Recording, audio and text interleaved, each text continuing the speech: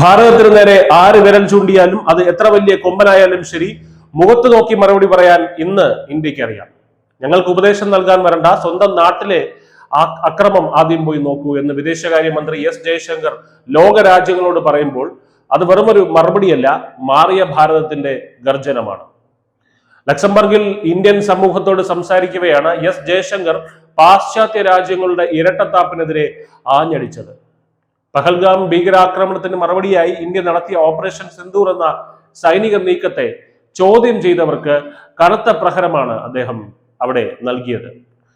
മൈലുകൾക്കപ്പുറം ഇരുന്നു കൊണ്ട് ഇന്ത്യയുടെ സൈനിക നീക്കങ്ങളിൽ ആശങ്ക പ്രകടിപ്പിക്കുന്നവർ സ്വന്തം മണ്ണിലെ അക്രമങ്ങളും അരാജകത്വവും കാണുന്നില്ലേ എന്ന് അദ്ദേഹം ചോദിച്ചു.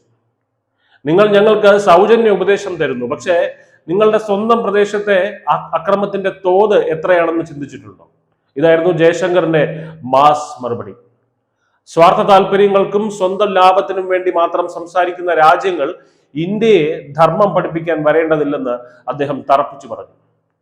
2025 ഏപ്രിലിൽ പഹൽഗാമിൽ നടന്ന ഭീകരാക്രമണത്തിന് തിരിച്ചടിയായി ഇന്ത്യൻ സൈന്യം പാകിസ്ഥാനെതിരെ നടത്തിയ ശക്തമായ പ്രത്യാക്രമണത്തിനെയാണ് ഇവരൊക്കെ എന്തോ വലിയ പാപമായി ചിത്രീകരിക്കുന്നത്.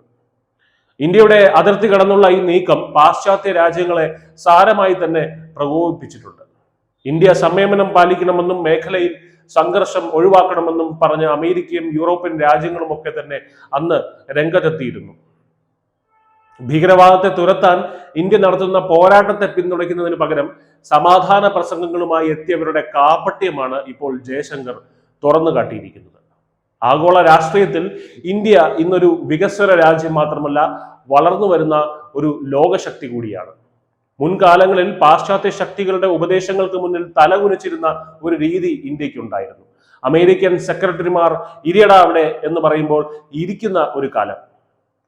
എന്നാൽ ഇന്ന് ജയശങ്കറിനെ പോലെയുള്ള ദീർഘവീക്ഷണമുള്ള നേതാക്കൾ വിദേശകാര്യ വകുപ്പ് കൈകാര്യം ചെയ്യുമ്പോൾ ഇന്ത്യയുടെ നയം കണ്ണിന് കണ്ണ്, പല്ലിന് പല്ല് എന്ന മറുപടി തന്നെയാണ്. പാകിസ്ഥാനെ പോലെ ഭീകരവാദം വളർത്തുന്നവരോട് ഒരു രീതിയും ഇന്ത്യയെ മനസ്സിലാക്കി കൂടെ നിൽക്കുന്നവരോട് മറ്റൊരു രീതിയുമാണ് ഭാരതം സ്വീകരിച്ചു വരുന്നത്.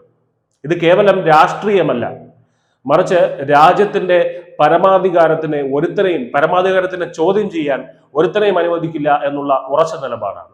ചുരുക്കത്തിൽ ഇന്ത്യയുടെ സുരക്ഷയുടെ കാര്യത്തിൽ തീരുമാനമെടുക്കുന്നത് ന്യൂഡൽഹിയാണ്, അല്ലാതെ വാഷിംഗ്ടണോ ലണ്ടനോ അല്ല. പടിഞ്ഞാറിന്റെ ഇന്ത്യയോടുള്ള നയം ഉപദേശിച്ച് നന്നാക്കുക എന്നതാണെന്നുണ്ടെങ്കിൽ ആ ഉപദേശങ്ങൾ ചവറ്റുകുട്ടയിൽ ഇടാൻ ഇന്ത്യ പഠിച്ചു കഴിഞ്ഞു. അവരുടെ നാട് കത്തുമ്പോൾ മിഴിച്ചു നിൽക്കുന്നവർ ഇന്ത്യയെ ഉപദേശിക്കാൻ ഒരു യോഗ്യതയും ഇല്ലെന്നുള്ള വ്യക്തമായ താക്കീതാണ് ജയശങ്കർ നൽകിയിരിക്കുന്നത്. ഭാരതം മുന്നോട്ട് തന്നെയാണ്, ആത്മവിശ്വാസത്തോടെ, അധികാരത്തോടെ. News desk, news India Malayalam.